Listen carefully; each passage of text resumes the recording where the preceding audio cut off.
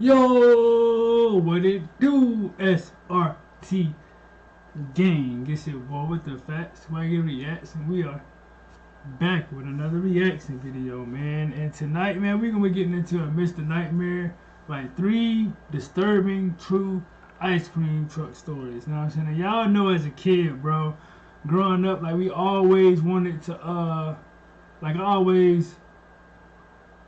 Like, whenever I heard the ice cream truck, you know what I'm saying, I used to get excited because I knew I was going to get something.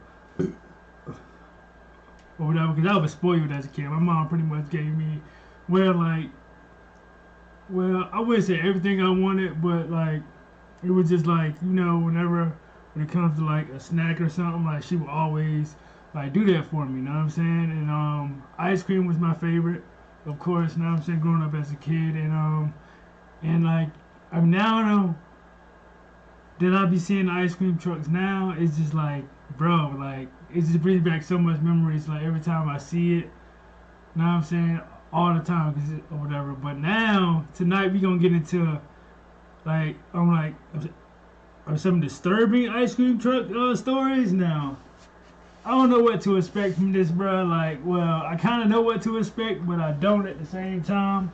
So, like, this is what we're going to get into tonight, man. So, if you guys are checking this video out for the first time, I drop a scary reaction every night at midnight. So hit that subscribe button and that like button before you leave out.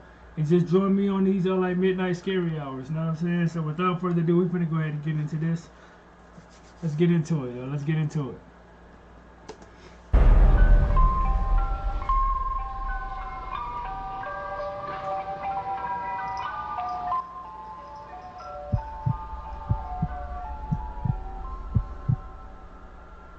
Growing up in the suburbs, one thing I always enjoyed in the summertime was the ice cream truck, specifically Mr. Softy.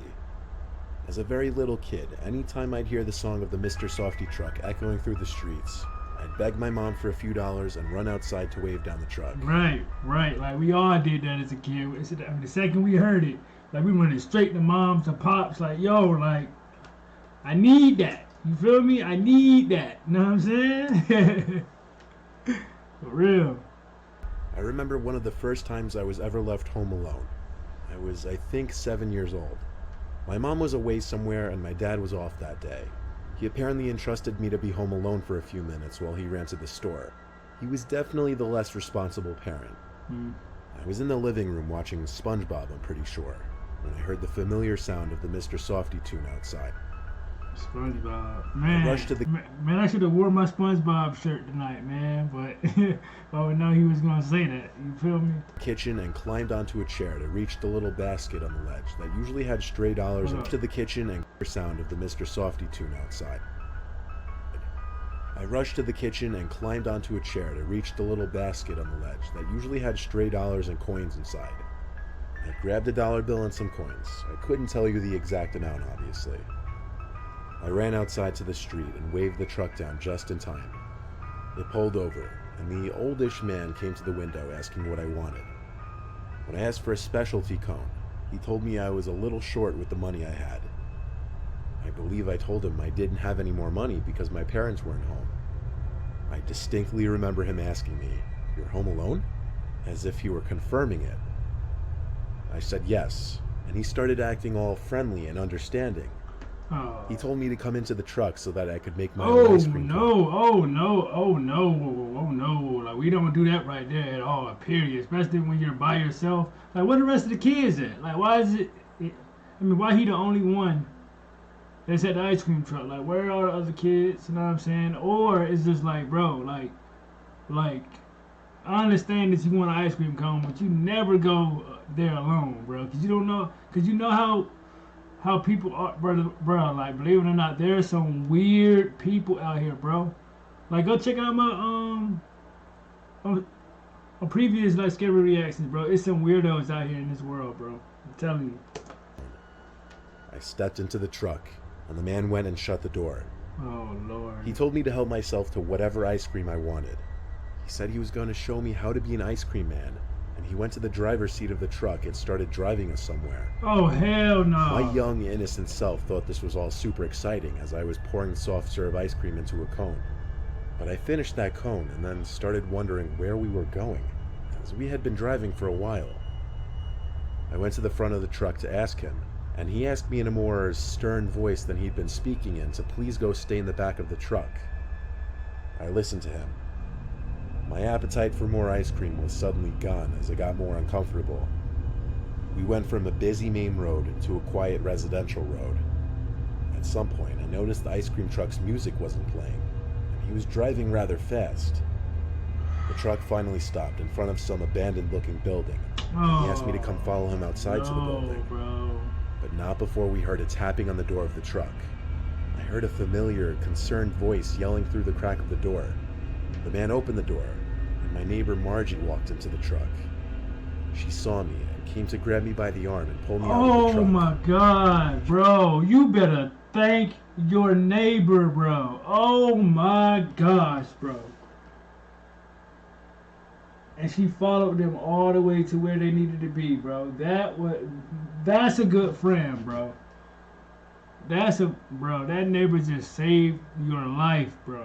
Cause ain't no telling what he would have did to you, like if you would have went into that house. She told me to wait in her car while she ran back to yell at the man. I was extremely confused at first. The man in the ice cream truck sped off down the street. This was a time before cell phones. She couldn't just call 911 right away.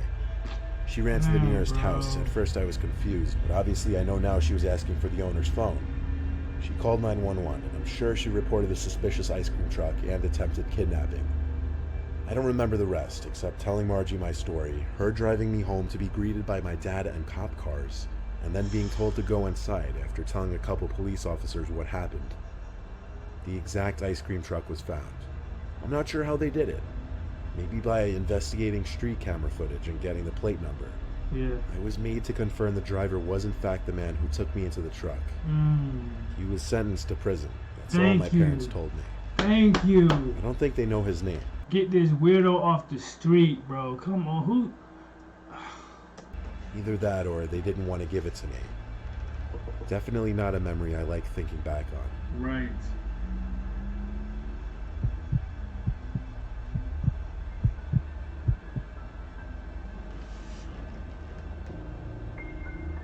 Up until I was 28, I used to live with my parents in Camden, Maine, a rural boat town.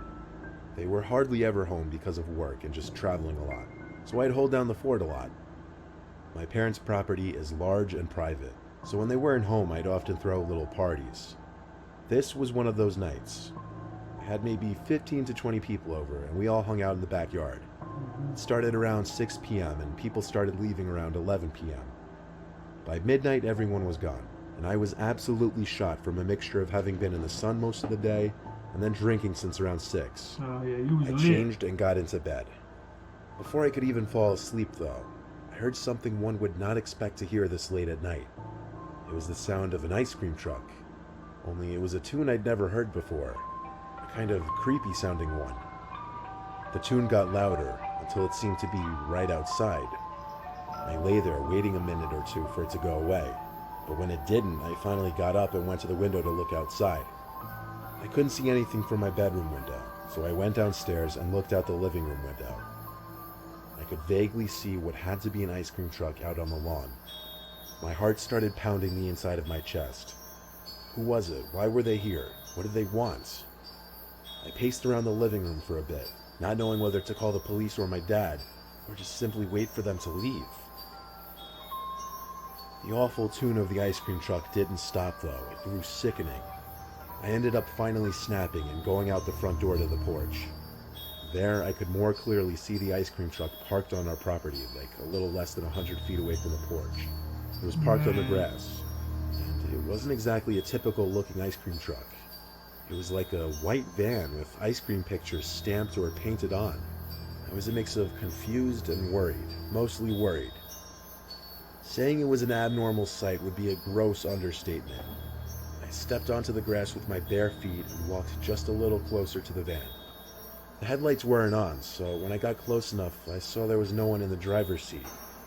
When I got even closer, I saw one of the sliding doors on the side was open. I suddenly felt as though I could be jumped at any second. I looked around me in a panic, and then ran back inside the house and locked the door. Now I did call 911, and I asked them to please hurry. The woman asked me to walk around the house and check to make sure everything was locked. I started from the main floor and worked down to the den to the back door. The glass panel in the back door was shattered. It was unlocked and opened. Oh, I whispered this to the 911 operator, even though I was truly freaking out inside. She told me to go to a room with a lockable door and wait there until officers arrived. So I tiptoed to the nearest bathroom and locked the door. The operator told me to stay on the line and be quiet. A few moments later, someone on the other side of the door tried turning the doorknob. Then they banged on the door 3 times. The woman on the phone said quietly that she heard it and for me to remain quiet and calm.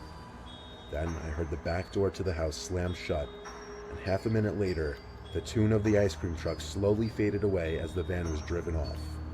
I told the woman, but she said to wait until officers arrived. Right. They took a disgustingly long time to arrive. I was waiting in that bathroom for another 5 minutes. If they arrived in a timely manner, they could have caught whoever was at my parents' house. Right. Instead, all that happened was I got a police report. My personal theory is the ice cream truck tune was supposed to be a distraction or something, while one of the people in it broke into the house, as I'm sure there were more than one person in that van. To me, I feel like it was probably someone that was at your party already that knew possibly that you were like, passed out or whatever, and came back or something. I don't know, bro. That's crazy, bro. I'm happy this happened to me when I was 23 and not, say, 10 years old, because that would have traumatized me. Man, bro.